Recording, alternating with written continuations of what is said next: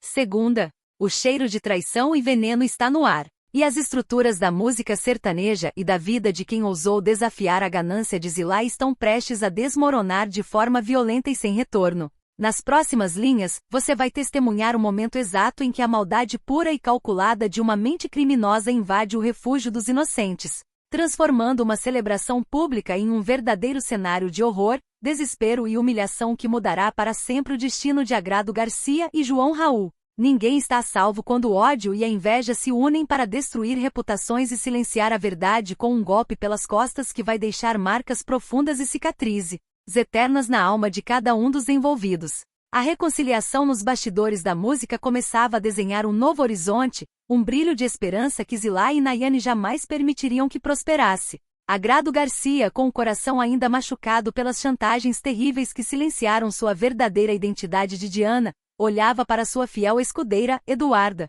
e para o produtor musical Leandro, sentindo que aquela união era sua última fortaleza. Leandro, cujo peito ardia de um amor honesto, protetor e profundo por Agrado, colocava toda a sua alma técnica e seu prestígio para reerguer a dupla, acreditando que a justiça artística finalmente seria feita. Eles trocavam olhares cúmplices, promessas de lealdade e planejavam um retorno triunfal aos palcos, sem imaginar que cada palavra de otimismo dita ali era apenas o prelúdio de uma desgraça meticulosamente orquestrada pela sombra da vilania mais sórdida. O estúdio parecia um santuário de paz. Mas o mundo lá fora já estava contaminado pela podridão do interesse financeiro e pelo desespero de Zilá em manter o segredo sobre a morte de Jean Carlos enterrado a 7 chaves. Custasse o que custasse, destruísse quem destruísse. Enquanto a esperança se renovava no estúdio, o cenário do Festival de Sucos nos Usanetes se transformava em uma armadilha silenciosa e mortal. O movimento crescia, o falatório do público ecoava pelas paredes do bar de Zuzu e Janete, e a atmosfera era de aparente festa e celebração comunitária. Mas escondido na penumbra sufocante e engordurada da cozinha, Osmar espreitava como um rato de esgoto, enviado diretamente pelo comando implacável e frio de Zilá. O suor frio escorria pelo rosto de Osmar, misturando-se com o pavor de ser pego em flagrante. Mas o medo que ele sentia das ameaças de Zilá e do poder corrupto de Valmir era infinitamente maior do que qualquer lampejo de moralidade que ainda restasse em seu caráter deformado. Ele segurava o frasco do sabotador com as mãos trêmulas, os olhos injetados de pura tensão, esperando o milésimo de segundo em que Janete e Zuzu desviassem a atenção para cravar a facada pelas costas que arruinaria a reputação daquele estabelecimento de vez. A chegada de Thalita ao bar de Zuzu e Janete trouxe uma energia vibrante, uma vaidade que cegava qualquer percepção do perigo iminente que rondava as panelas e jarras da cozinha. Thalita exalava uma autoconfiança ruidosa, desfilando entre as mesas com sorrisos largos e uma postura de quem acreditava estar no controle absoluto de toda a narrativa social daquele evento. Mal sabia ela que sua presença vistosa servia perfeitamente de cortina de fumaça para a atividade criminosa que se desenrolava a poucos metros dali, nos bastidores escuros onde o destino de todos os clientes estava sendo selado com gotas de pura malícia. Na mente doentia de Zilá, que observava tudo de longe com a espinha ereta em um sorriso gélido de puro desdém. O plano precisava ser executado com precisão cirúrgica para que o sofrimento de Janete fosse maximizado da forma mais cruel possível. Com os dentes trincados e a respiração suspensa, Osmar aproveitou o exato instante em que Janete virou as costas para buscar mais frutas frescas, esticando o braço trêmulo sobre a bancada e sabotando especificamente apenas um tipo de suco, aquele que era a grande aposta de Janete e Zuzu para o festival. O líquido químico misturou-se de forma invisível à polpa natural, criando uma bomba relógio biológica destinada a causar o caos generalizado na saúde e na moral dos presentes. No entanto, o nervosismo de Osmar acabou gerando uma falha na execução total que Zilá esperava, limitando o alcance da contaminação apenas àquela jarra específica, o que imediatamente acendeu a fúria vulcânica de Zilá e Roney nos bastidores. Ao perceberem que a sabotagem não seria tão devastadora e generalizada quanto haviam planejado em suas mentes psicopatas, Zilá e Roney começaram uma discussão sussurrada e violenta atrás das paredes do bar, trocando ofensas pesadas, com os rostos colados pelo ódio, os olhos fascando de uma raiva insana por verem que o estrago, embora grande,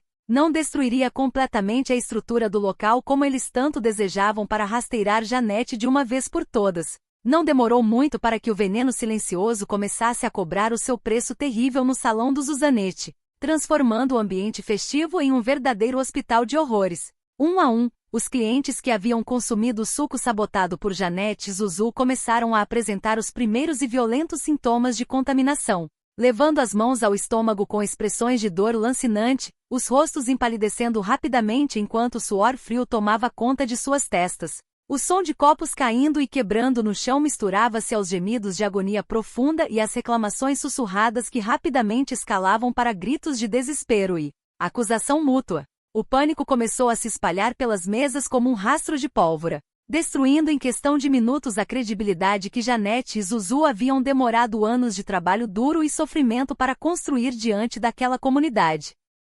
No meio daquele redemoinho de dor e confusão, Zeca mantinha os olhos bem abertos, cruzando os braços e observando com extrema desconfiança o comportamento bizarro e doentio de todos ao redor, percebendo imediatamente que havia algo muito errado, algo que ia muito além de uma simples indisposição coletiva. Sua mente analítica tentava ligar os pontos daquela tragédia repentina, mas antes que pudesse verbalizar suas suspeitas, iniciar uma investigação ali mesmo. Thalita o interrompeu de forma abrupta e arrogante, garantindo com uma frieza assustadora que aquilo tudo era um verdadeiro sucesso, interpretando de maneira completamente distorcida e estúpida o burburinho e a agitação desesperada do público como se fosse o ápice do engajamento e da aprovação popular. A cegueira egoísta de Thalita funcionava como um escudo involuntário para os vilões, abafando os clamores de socorro enquanto o estômago das vítimas continuava a revirar em espasmos de pura dor física. Enquanto o caos absoluto se instalava no salão principal com pessoas passando mal e a reputação do bar afundando na lama, nos cantos mais reservados e protegidos da tempestade,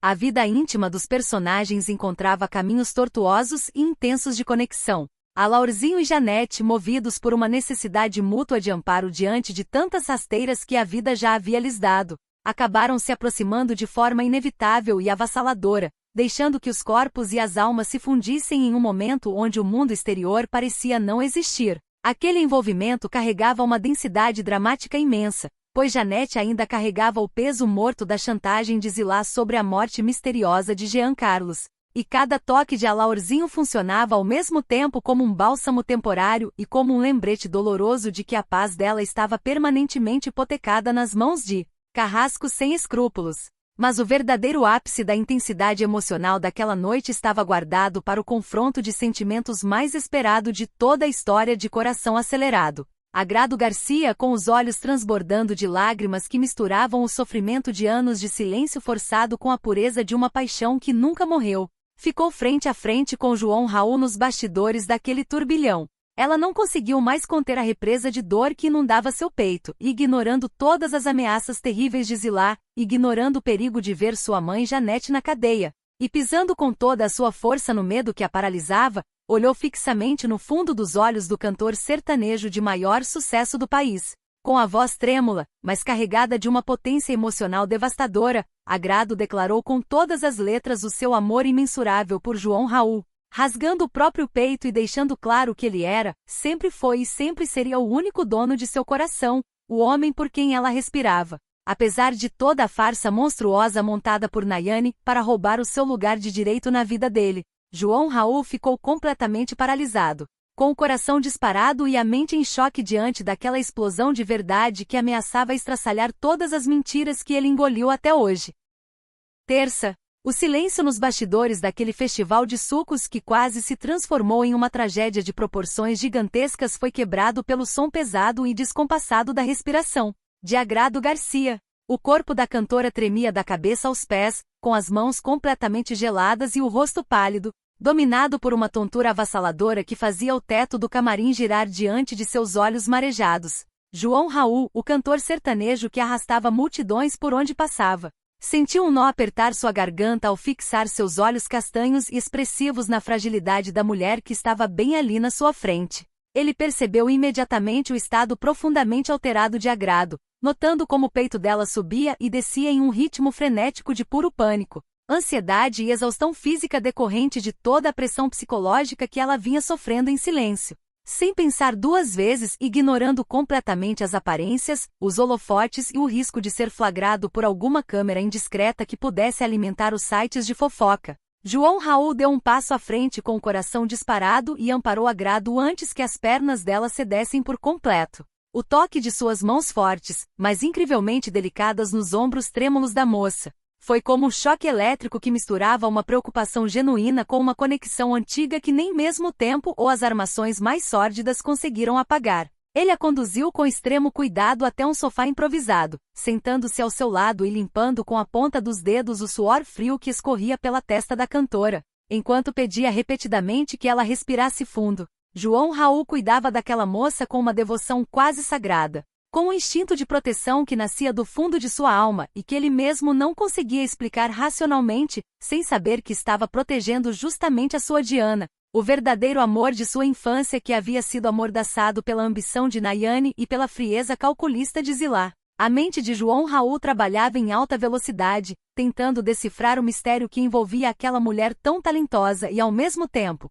tão assombrada por fantasmas invisíveis que pareciam sugar suas forças a cada segundo, enquanto o cuidado e o afeto discreto tomavam conta daquele camarim. O amanhecer em outro canto da cidade trazia uma atmosfera de cumplicidade e promessas silenciosas que mudariam o rumo de várias vidas. Tino, com os olhos ainda pesados de sono, mas com um sorriso leve e desarmado que há muito tempo não visitava seu rosto, olhou para Esteban e sentiu uma gratidão profunda transbordar de seu peito. Ele não hesitou em quebrar o silêncio da manhã para agradecer, com uma voz mansa e carregada de sinceridade, por cada segundo da noite maravilhosa que haviam passado juntos. Uma noite que serviu como um refúgio perfeito no meio de tanta podridão e guerra de egos que cercavam o mundo da música sertaneja. Paralelamente a isso, em um cenário de pura surpresa e choque de realidade, Malvino e Laurinha abriram os olhos quase ao mesmo tempo, sentindo o calor do corpo um do outro e percebendo, com os corações saltando no peito, que haviam passado a noite inteira lado a lado. O susto inicial de se verem naquela situação de intimidade absoluta rapidamente deu lugar a uma descarga de adrenalina emocional, onde as máscaras de orgulho e as defesas que ambos ergueram durante meses desmoronaram por completo. Olhando-se nos olhos de forma fixa e profunda, sentindo a respiração um do outro, Malvino e Laurinha finalmente deixaram o medo de lado e confessaram o amor avassalador que sentiam. Uma declaração mútua que selou o destino dos dois e colocou fim a um longo período de negação e sofrimento silencioso. A engrenagem dos sentimentos verdadeiros parecia estar se movendo com uma força incontrolável naquela manhã, pois até mesmo nos bastidores profissionais a paixão encontrava uma brecha para se consolidar definitivamente. Leandro, o produtor musical honesto que sempre carregou um amor platônico por Agrado, viu sua trajetória tomar um rumo completamente novo e emocionante. Ele e Eduarda, a fiel parceira de dupla de Agrado, finalmente se entregaram ao que vinha se desenhando nos bastidores da gravadora e ficaram juntos. O beijo entre Leandro e Eduarda foi o ápice de uma conexão baseada em lealdade, apoio mútuo e uma atração que tentava se esconder atrás dos compromissos profissionais, mas que explodiu de forma genuína, unindo os dois em uma parceria que agora ultrapassava os limites dos palcos e dos estúdios. No entanto, a calmaria afetiva que parecia se instalar foi brutalmente interrompida na mente de Agrado Garcia quando as memórias da noite anterior começaram a voltar em flashes violentos e nítidos. Sentada na penumbra do quarto, ela arregalou os olhos e levou as mãos à boca em um gesto de puro espanto ao lembrar, com riqueza de detalhes, de ter beijado João Raul no meio de toda aquela confusão. O coração de Agrado acelerou a um ponto perigoso, batendo contra as costelas como se quisesse escapar do peito, enquanto a surpresa tomava conta de cada fibra de seu ser. Aquele beijo, que deveria ter sido o momento mais feliz de sua vida, representava na verdade um perigo mortal para a estabilidade de sua família. Agrado começou a suar frio ao lembrar que Zilá mantinha sua mãe, Janete, sob uma rédea curta de chantagem por causa da morte misteriosa de Jean Carlos, e que qualquer aproximação real entre ela e João Raul poderia fazer com que a vilã destruísse a vida de sua mãe sem a menor piedade. O pânico de ter cedido ao desejo e ao amor que sentia pelo cantor fez Agrado caminhar de um lado para o outro no quarto, com a mente torturada pela culpa e pelo medo das consequências devastadoras que aquele ato impulsivo de paixão poderia desencadear. Longe dali, o festival de sucos no Zuzanete, que havia sido o palco da tentativa de sabotagem armada pelos vilões, tomava um rumo completamente inesperado que fez o sangue dos criminosos ferver de ódio. Thalita, movida por sua vaidade e pela blindagem de sua própria futilidade, Ignorou completamente os momentos de mal-estar do público e usou suas redes sociais com milhões de seguidores para rasgar elogios calorosos ao Zuzanete, transformando o estabelecimento de Zuzu e Janete no assunto mais comentado e elogiado da internet em questão de minutos. Essa postagem foi como uma bomba no colo de Ronei e Zilá, que assistiam a tudo da mansão com os dentes trincados de raiva e os olhos injetados de puro veneno. Zilá andava de um lado para o outro na sala, com os punhos cerrados e as unhas cravadas na palma da mão, completamente indignada com o fracasso retumbante de seu plano de destruição. Ela havia arquitetado a sabotagem do suco para arrastar a reputação de Janete para a lama e fechar o bar de uma vez por todas. Mas a burrice de Osmar e a interferência de Thalita transformaram o atentado em um verdadeiro golpe de publicidade positiva. Ronei soltava fumaça pelas ventas, xingando em voz alta e chutando os móveis da sala, incapaz de aceitar que Janete havia saído daquela armadilha ainda mais forte e querida pelo público, o que aumentava o desespero dos vilões em encontrar uma nova forma de esmagar a família de Agrado antes que os podres do passado viessem à tona. Enquanto o ódio consumia os vilões, a vida seguia com seus encontros cotidianos e Eva, demonstrando uma leveza que contrastava com a tensão do ambiente, fez um convite direto e simpático para Vânia sair, tentando buscar um momento de normalidade no meio da tempestade. A necessidade de desabafar e processar a intensidade daquele beijo proibido fez com que João Raul e Agrado buscassem seus portos seguros para revelar o que havia acontecido. João Raul, com o olhar perdido e o pensamento completamente fixado nos lábios de Agrado, procurou Luan e, com a voz carregada de uma confusão emocional que há muito tempo não sentia, contou sobre o beijo que deu na parceira de Eduarda.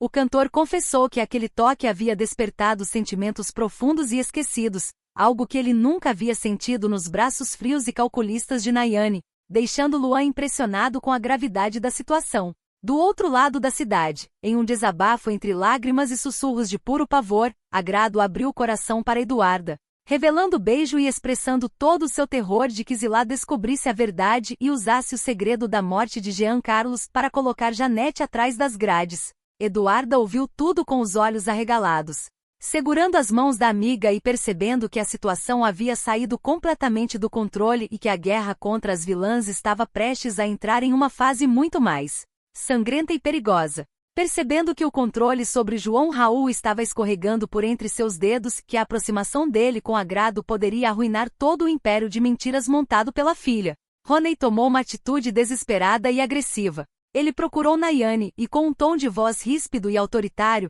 exigiu que a influenciadora usasse todo o seu poder de sedução, suas lágrimas falsas e suas manipulações baratas para convencer João Raul de uma vez por todas a embarcar no cruzeiro sertanejo que estava sendo planejado. Ronei deixou claro para Nayane que tirar João Raul da cidade e isolá-lo em alto mar era a única forma de mantê-lo longe da influência perigosa de Agrado Garcia e de garantir que o contrato milionário de Valmir continuasse rendendo rios de dinheiro para eles. Nayane, com o olhar frio e a mente trabalhando em sua próxima postagem e em sua próxima mentira, aceitou a missão com um sorriso cínico nos lábios, prometendo que faria o noivo rastejar aos seus pés para fazer essa viagem. No entanto, o destino reservava uma reviravolta que ninguém seria capaz de prever e que caiu como um balde de água fria nas pretensões de todos os envolvidos naquele jogo de interesse. Em um encontro tenso e decisivo nos bastidores, João Raul e Agrado, movidos por intenções completamente diferentes, mas cruzando seus caminhos de forma inevitável,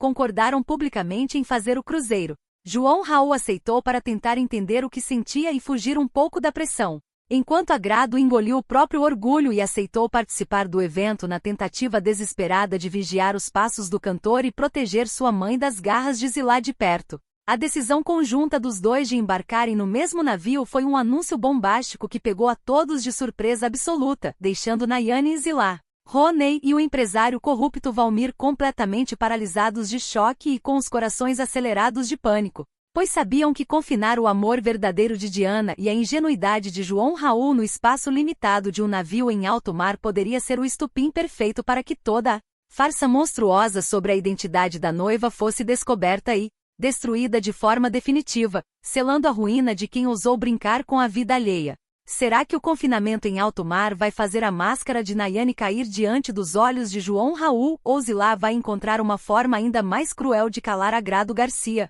para sempre? Quarta. A felicidade clandestina e o cheiro de vitória que começavam a emanar dos sorrisos apaixonados de Janete e Alaurzinho eram como um tapa ardente na cara de quem tentou, a todo custo, arrastá-los para a mais profunda lama da humilhação pública. Nos bastidores de uma celebração que deveria ter sido o túmulo da dignidade de Janete, o amor encontrou uma brecha violenta para se consolidar, fazendo com que o casal comemorasse aquela união com a intensidade de quem sabe que está pisando em um terreno minado, cercado por cobras prontas para o bote fatal. O peito de Janete subia e descia numa respiração descompassada, misturando o alívio temporário de estar nos braços de Alaurzinho com o pavor sufocante que a chantagem de Zilá ainda exercia sobre seus dias, sabendo que a calmaria atual era apenas o prenúncio de uma tempestade de podridão e vingança que os vilões estavam prestes a descarregar sobre suas cabeças. Prepare-se, porque nas próximas linhas você vai testemunhar como o ódio doentio de Nayane e a frieza calculista de Zilá vão transformar um banquete de luxo em um verdadeiro tribunal de humilhação, onde segredos de morte e pactos de traição serão jogados na mesa de forma implacável e sem qualquer direito a perdão. A atmosfera nos corredores da gravadora e nos ensaios gerais para o grande evento sertanejo exalava uma harmonia que funcionava como puro ácido nas veias de Nayane. A influenciadora digital assistia de longe, com os dentes cravados no lábio inferior até quase sangrar e os punhos cerrados com tanta força que suas unhas postiças se enterravam na pele. A cumplicidade escancarada entre Eduarda, Leandro, João Raul e Agrado Garcia. Ver os quatro rindo, trocando ideias musicais e demonstrando uma união profissional e afetiva inabalável fazia o estômago de Nayane revirar em espasmos de pura inveja e ódio. Na mente perturbada da vilã, cada olhar que João Raul direcionava para Agrado era um passo a menos no seu plano de se manter no topo da fama e do dinheiro usando a identidade roubada de Diana. Ela sentia que o controle sobre o cantor sertanejo estava escorregando por entre seus dedos cheios de anéis caros. E o medo de ser desmascarada como a farsa que realmente era transformava em uma fera acuada, pronta para dilacerar qualquer um que se atravessasse em seu caminho de aparências e mentiras patrocinadas. Enquanto Nayane se corroía por dentro nos escritórios escuros e blindados do poder corrupto, Roney se movimentava como um lobo faminto, alinhando os últimos detalhes, assinando papéis com canetas de ouro e selando os acordos obscuros para o lançamento do cruzeiro Paixão em Alto Mar. Roney sabia que aquela viagem em isolamento seria a cartada final para afastar João Raul dos braços de Agrado e garantir que os contratos milionários de Valmir continuassem jorrando dinheiro em suas contas bancárias. Cada cláusula daquele cruzeiro era desenhada para prender o mocinho em uma armadilha sem saída, transformando o navio de luxo em um cativeiro psicológico onde as mentiras de Nayane seriam a única verdade permitida. Roney sorria de forma cínica ao telefone, fechando os esquemas com os patrocinadores, ciente de que estava construindo o palco perfeito para o maior golpe da história da música sertaneja, sem se importar com quantas vidas e reputações seriam esmagadas pelo peso de sua ambição desmedida. Percebendo que precisava recalcular seus passos para não perder o apoio dos peões que utilizava em seu tabuleiro de maldades, Nayane engoliu o próprio orgulho arrogante e destilou uma falsidade nojenta ao procurar Alaor, com uma voz mansa, ensaiada diante do espelho para soar o mais natural possível. A influenciadora pediu desculpas formais por tê-lo expulsado da mansão de forma tão humilhante no passado, fingindo um arrependimento que nunca existiu apenas para manter o homem sob sua teia de manipulações. Logo em seguida, buscando um aliado que inflasse seu ego ferido e estivesse disposto a fazer o trabalho sujo por ela, Nayane se aproximou de Gael, derramando lágrimas de crocodilo e agradecendo de forma efusiva o apoio incondicional que vinha recebendo dele nos momentos de crise. Gael, um rapaz completamente deslumbrado pelo brilho falso da internet e pela proximidade com o poder dos vilões, absorvia cada palavra de Nayane como se fosse uma ordem sagrada, sem perceber que estava sendo usado como um escudo humano na guerra implacável contra Agrado Garcia.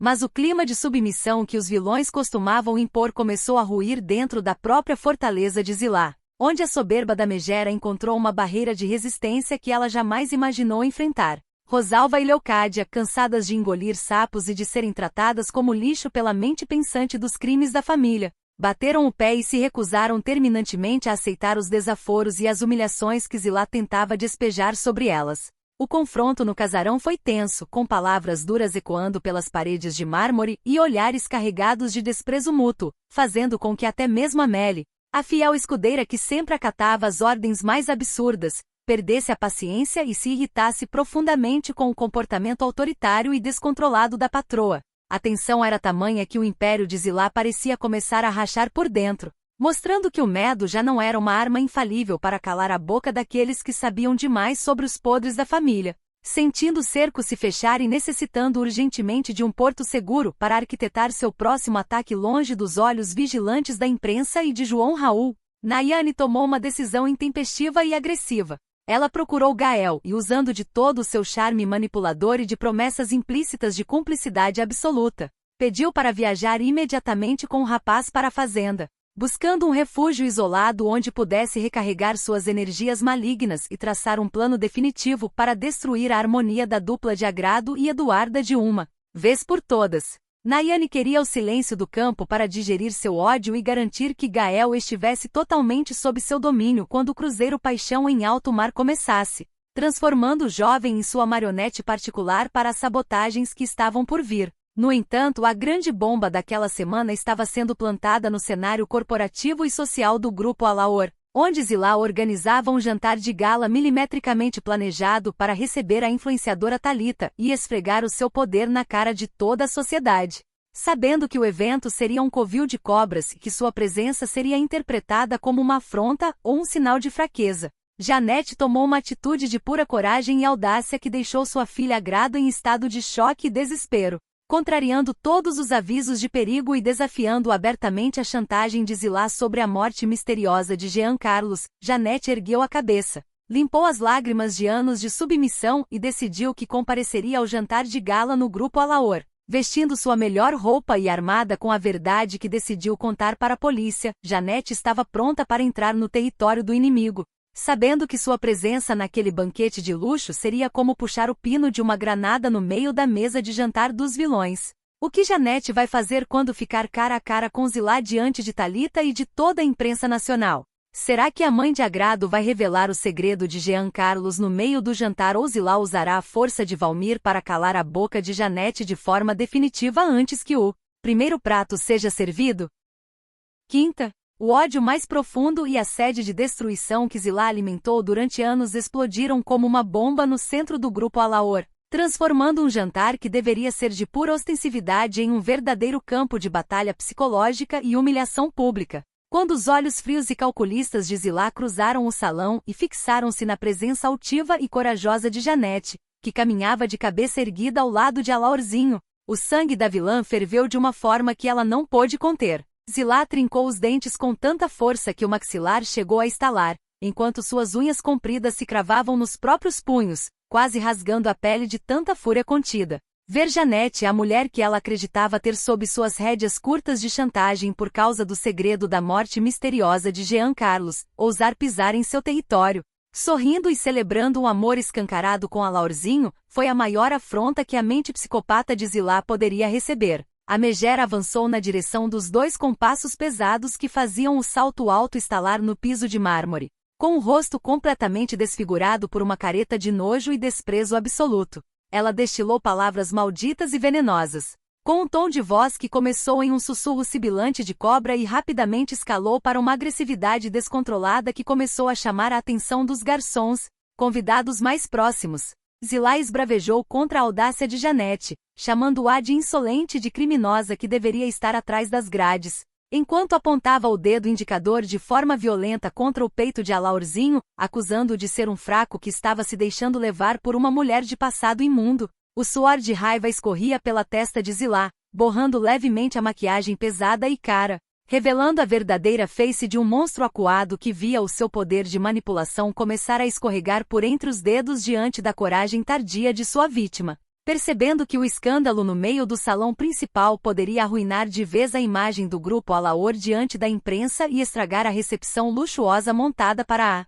influenciadora Thalita, Sinara entrou em desespero absoluto. Com o coração batendo na garganta e as mãos trêmulas de puro pavor, Sinara se jogou na frente de Zilá, tentando de todas as formas conter os braços da vilã e segurar sua fúria vulcânica. Ela sussurrava preces e súplicas desesperadas no ouvido de Zilá, implorando para que ela respirasse fundo, mantivesse a compostura e lembrasse que os flashes dos fotógrafos estavam a poucos metros dali. prontos para registrar qualquer sinal de barraco e expor a podridão da família para o país inteiro. Sinara puxava Zilá levemente pelo braço, tentando arrastá-la para um canto mais reservado do salão, enquanto a megera continuava a bufar de ódio, com os olhos injetados e fixos no casal, parecendo uma fera faminta que havia sido impedida de abocanhar sua presa no momento exato do ataque. Janete, por sua vez, sustentava o olhar de Zilá com uma firmeza que nunca havia demonstrado antes, sentindo o peito arder com a adrenalina da libertação. Ciente de que cada palavra de agressão que saía da boca da vilã era apenas o reflexo do medo que Zilá tinha de ver o seu castelo de mentiras e chantagens desmoronar por completo, diante da polícia. Enquanto a tensão quase cortava o ar no salão principal, em um dos cantos mais discretos e resguardados do evento, longe dos olhos de Zilá, uma atmosfera completamente diferente e carregada de afeto mútuo se desenhava entre Tino e Esteban. Os dois se olhavam de forma profunda e cúmplice, deixando que os sorrisos desarmados falassem mais alto do que qualquer preocupação com o caos que rodava o grupo Alaor. Com uma voz mansa e sincera, Tino olhou nos olhos de Esteban e começou a proferir elogios calorosos, lembrando com carinho dos momentos que compartilhavam e da lealdade que encontrava naquela relação. Uma conexão que funcionava como um verdadeiro oásis de paz no meio de tanta falsidade e jogos de interesse que dominavam o universo da música sertaneja. Esteban, sentindo o peito aquecer diante das palavras de Tino, não hesitou em retribuir os elogios com a mesma intensidade, segurando levemente a mão do parceiro por um breve segundo, demonstrando que ali existia um porto seguro real, um laço de cumplicidade que nenhuma armação de Zilá ou ganância de Nayane seria capaz de contaminar ou destruir. Mas a aparente trégua social do jantar foi brutalmente interrompida por um acontecimento bizarro e assustador que transformou o banquete de luxo em um cenário de pânico e correria geral. Thalita, a influenciadora digital que era a grande estrela convidada da noite e que vinha postando cada detalhe do evento em suas redes sociais para milhões de seguidores, começou a tossir de forma descontrolada logo após provar um dos pratos sofisticados servidos pelo buffet de Zilá. Em questão de segundos, a pele de Thalita começou a avermelhar de forma violenta, manchas grossas se espalharam por seu pescoço e rosto, e uma crise de alergia fulminante tomou conta do corpo da jovem, que levou as mãos à garganta, lutando desesperadamente por ar. O pânico se instalou imediatamente entre os convidados, com copos caindo, cadeiras sendo arrastadas e gritos de socorro ecoando pelo salão. O rosto de Zilá empalideceu de choque e vergonha ao ver a convidada de honra sufocando no meio de sua festa perfeita. Vendo a gravidade da situação e o risco de morte iminente, Alaor agiu rápido, empurrando os curiosos para os lados, pegando Thalita quase nos braços e a levando às pressas para o hospital mais próximo, deixando o jantar em ruínas e a reputação do evento de Zilá completamente destruída na frente de todos.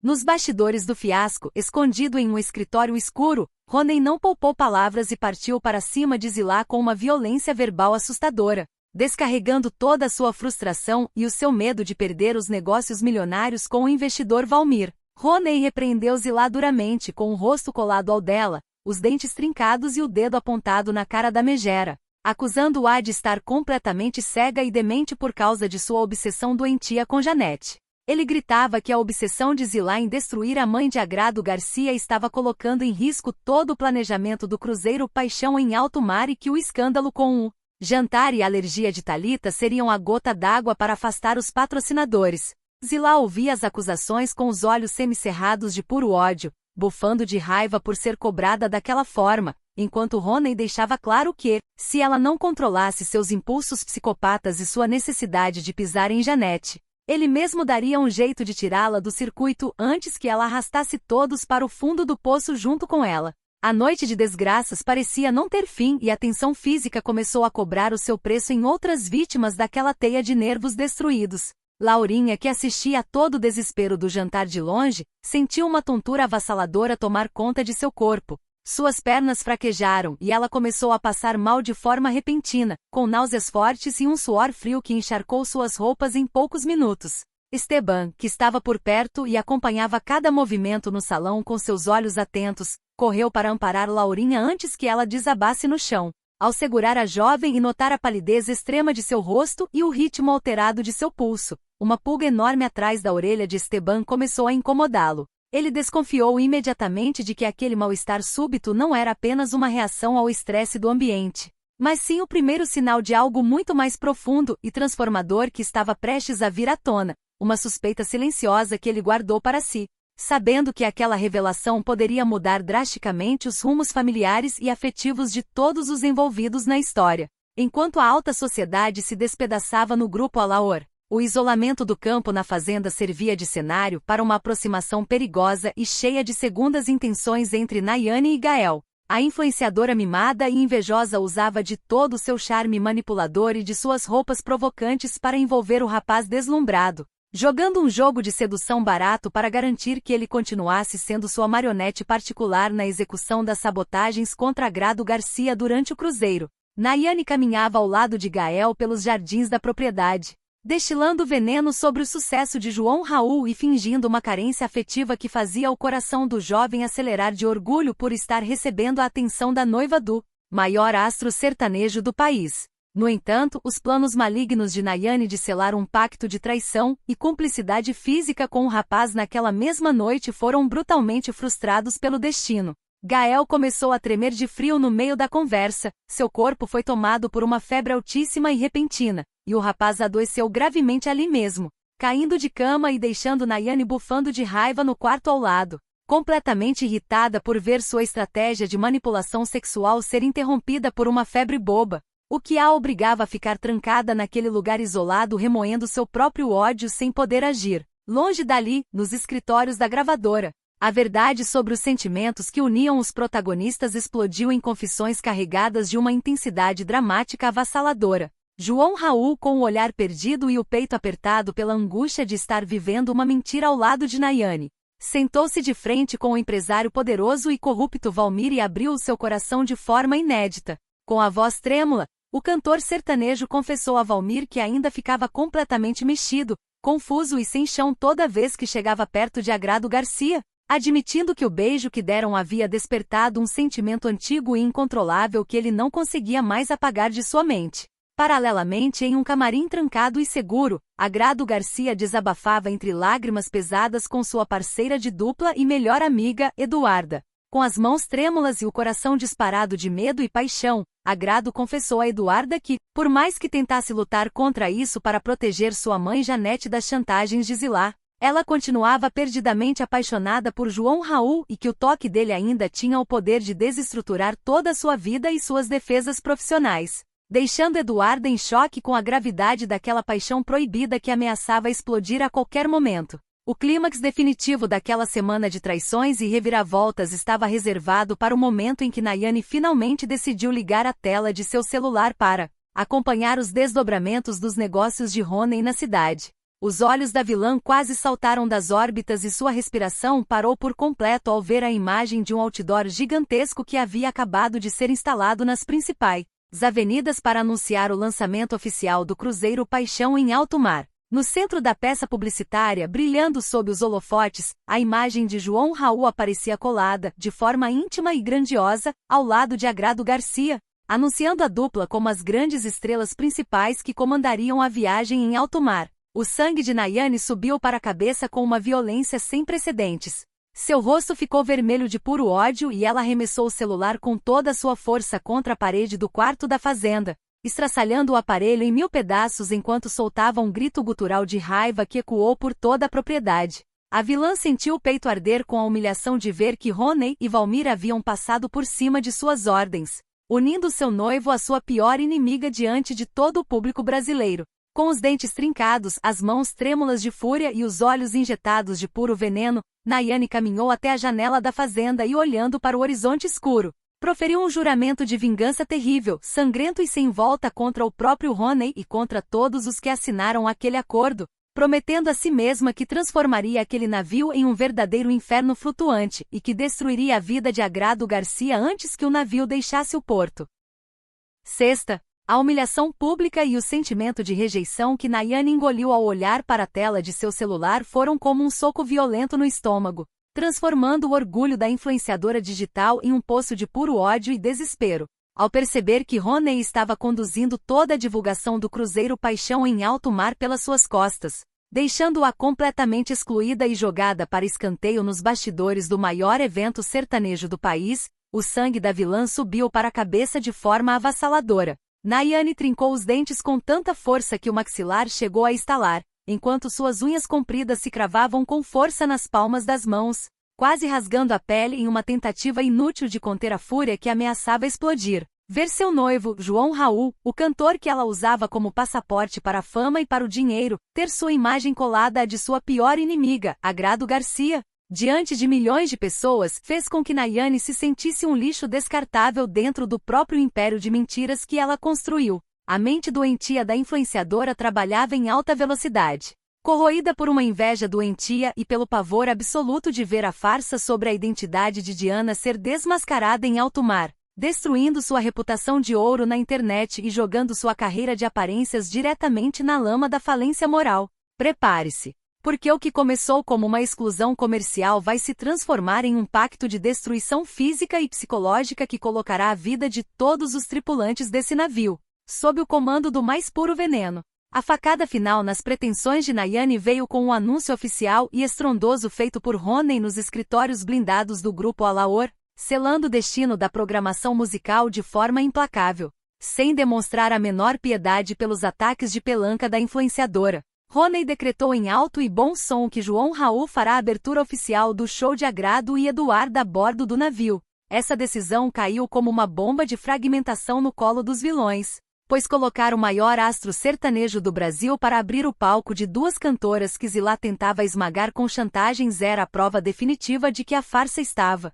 perdendo força. O anúncio fez com que o peito de Nayane subisse e descesse em um ritmo frenético de puro pânico, enquanto ela visualizava o público ovacionando a química inegável entre João Raul e Agrado Garcia sob as luzes dos holofotes, deixando claro para todo o país que ela, a noiva oficial, não passava de uma intrusa fútil e sem talento. Roney, focado apenas nos lucros exorbitantes e nos acordos obscuros firmados com o investidor Valmir, ignorou os olhares mortais de Nayane, ciente de que a união artística dos dois era o que o público exigia, mesmo que isso significasse puxar o pino de uma granada nos bastidores afetivos do cantor, enquanto a guerra pelo topo do estrelato destruía os nervos de Nayane. O coração de João Raul continuava imerso em uma confusão mental sufocante que o impedia de enxergar a verdade escancarada diante de seus olhos. Percebendo o tormento que roubava a paz do rapaz, Nora se aproximou com um olhar carregado de sabedoria e acolhimento, decidida a puxar o cantor para a realidade antes que ele cometesse o maior erro de sua vida ao subir naquele navio ao lado de uma mentirosa. Com uma voz mansa e firme, Nora aconselhou longamente João Raul sobre Agrado Garcia, pedindo para que ele escutasse a voz do próprio peito e parasse de ignorar os sinais evidentes de que a parceira de Eduarda mexia com ele de uma forma que Nayane jamais conseguiu em anos de relacionamento. Nora tocou no ombro trêmulo de João Raul, fazendo com que o cantor sertanejo engolisse em seco ao lembrar do beijo proibido que haviam trocado no Festival de Sucos, um toque que havia despertado a lembrança latente de sua Diana de infância. O monólogo interno de João Raul era uma tortura silenciosa. Ele se sentia preso a um compromisso de aparências com Nayane por pura ingenuidade. Mas cada fibra de seu ser clamava pela presença protetora e honesta de Agrado, criando uma teia de tensão psicológica que ameaçava estourar durante o confinamento em alto mar, longe da crise dos mocinhos na mansão de Zilá. O clima de soberba deu lugar a uma negociação fria e estratégica que mostrava o desespero da mente pensante dos crimes da família em manter seus segredos protegidos. Zilá engoliu o próprio orgulho de Madame e sentou-se à mesa para negociar pessoalmente a recontratação de Rosalva e Leocádia, as funcionárias que haviam batido de frente com seus desaforos no dia anterior. Com o rosto rígido e os olhos semicerrados de pura falsidades, Zilá ofereceu acordos financeiros vantajosos. Ciente de que não poderia se dar ao luxo de ter duas testemunhas de seus abusos e de suas chantagens contra Janete soltas pelas ruas conversando com a polícia. Cada palavra dita por Zilá naquela sala era calculada para comprar o silêncio e a submissão daquelas mulheres, mostrando que a megera estava disposta a gastar o que fosse necessário para garantir que o passado sombrio envolvendo a morte de Jean Carlos continuasse enterrado a 7 chaves, enquanto ela concentrava suas forças malignas em destruir a reputação de Janete e Agrado durante a viagem de luxo. Sábado. O navio de luxo que cruza as águas profundas do oceano está prestes a se transformar no maior cativeiro de segredos, traições e desespero que a música sertaneja já testemunhou na história. Nas próximas linhas, Você vai ver o momento exato em que a psicopatia invejosa de Nayane passa de todos os limites aceitáveis e joga o destino de inocentes em um poço de sofrimento, enquanto o amor proibido entre Agrado Garcia e João Raul ameaça explodir, quebrando as correntes de mentiras que Zilá e Valmir tentaram amarrar durante anos. Ninguém está a salvo quando o confinamento em alto mar transforma o luxo em um verdadeiro cenário de terror psicológico, onde um doce envenenado e malas rasgadas são apenas o prelúdio de uma guerra sangrenta por reputação e sobrevivência. O barulho ensurdecedor das ondas batendo contra o casco de metal do navio parecia sumir por completo no instante exato em que o universo congelou no convés principal. João Raul e Agrado Garcia cruzaram seus olhares no meio da multidão de passageiros, e foi como se um choque elétrico de alta voltagem atravessasse a espinha dorsal de ambos, deixando-os completamente sem ar. João Raul fixou seus olhos castanhos e profundos na cantora, sentindo o peito apertar com uma força avassaladora. Uma angústia misturada com um desejo incontrolável de largar toda a farsa de seu noivado com Nayane e correr para os braços daquela mulher que, sem que ele soubesse racionalmente, era sua Diana de infância. Agrado, com as mãos trêmulas escondidas nos bolsos e o coração batendo tão forte contra as costelas que chegava a doer, sustentou o olhar do cantor sertanejo, engolindo em seco as lágrimas de puro sofrimento por estar tão perto do homem da sua vida e, ao mesmo tempo, tão distante por causa das chantagens terríveis de Zilá envolvendo a morte misteriosa de Jean Carlos. A troca de olhares durou segundos que pareceram uma eternidade de tortura psicológica, com os dentes trincados de ambos segurando palavras de amor e desespero que imploravam para ser ditas, enquanto o vento frio do oceano bagunçava seus cabelos e aumentava a sensação de isolamento daquele momento dramático.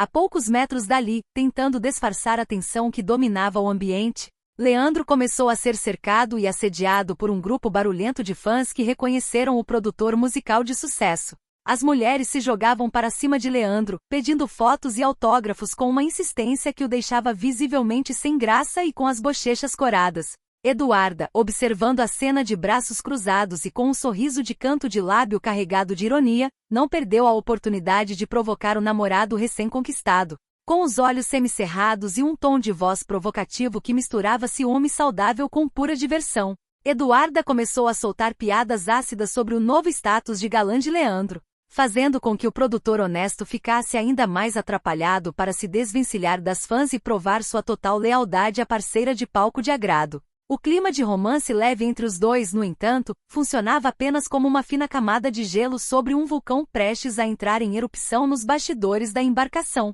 Enquanto isso, a mente perturbada e mimada de Nayane fervia em puro ódio e desespero na sua cabine de luxo, sentindo-se completamente encurralada pela aproximação inevitável entre João Raul e Agrado. A influenciadora digital andava de um lado para o outro, roendo as unhas e destilando veneno contra o próprio pai, Rony, por tê-la deixado de fora das decisões comerciais do cruzeiro Paixão em alto mar Gael. Em sua eterna tentativa de agradar os vilões e orbitar o poder da família de Zilá, teve a brilhante e estúpida ideia de levar Patricinha para o navio, acreditando piamente que a presença da jovem serviria para fazer companhia e acalmar os nervos destruídos de Nayane durante os dias de isolamento na viagem. No entanto, a incompetência e o deslumbramento de Gael cobraram um preço alto no exato momento em que o navio recolheu as passarelas de embarque e começou a se mover em direção ao mar aberto. O rapaz arregalou os olhos de pavor, sentindo o estômago despencar ao perceber que o tempo havia esgotado e que ele havia acabado preso dentro da embarcação sem qualquer passagem ou autorização,